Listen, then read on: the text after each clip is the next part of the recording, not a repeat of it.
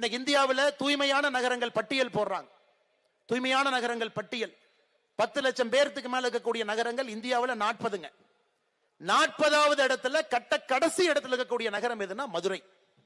கடைசி நகரம் தூய்மையில இந்தியாவில் 10 லட்சம் பேருக்கு மேல இருக்கக்கூடிய நகரம். அந்த 40வது நகரத்திலிருந்து ஒரு நகரம் தாண்டி 39 லூதியானா, 38 கடைசியிலிருந்து 2வது இடத்துல ஒரு நகரம் இருக்குன்னா அது சென்னை. யோசிச்சு பாருங்க. திராவிட முன்னேற்ற கழகத்தினுடைய ஆட்சியில இன்னைக்கு குப்பை நகரமாக ஒரு நகரமாக தமிழகத்திலே மாறிக்கொண்டிருக்கிறது.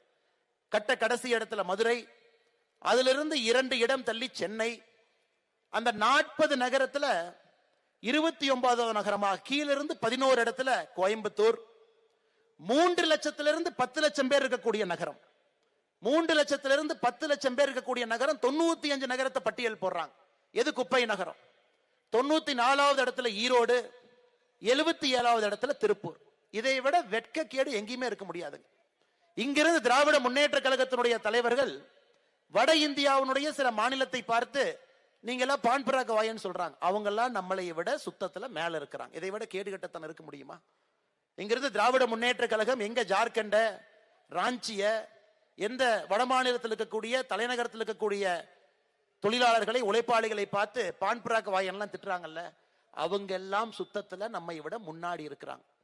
இண்டோர் நகரம் கடந்த 7 ஆண்டுகளாக, மத்திய பிரதேசனுடைய தலைநகரம் இண்டோர் கடந்த 7 ஆண்டுகளாக இந்தியாவுடைய தூய்மை நகரமாக இருக்கிறது.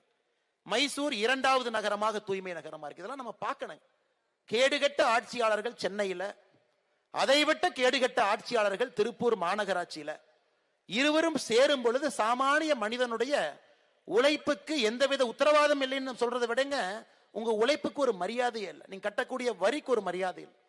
தண்ணி வரி, கரண்ட் வரி, சொத்து வரி, எந்த வரி கட்டினாலும் கூட இவர்கள் செய்ய வேண்டிய எந்த வேலையும் செய்யாதனால இன்னைக்கு குப்பை நகரமாக, பெண்களுக்கு பாதுகாப்பு இல்லாத நகரமாக தொடர்ந்து மாற்றிக் கொண்டிருக்கின்றார்கள்.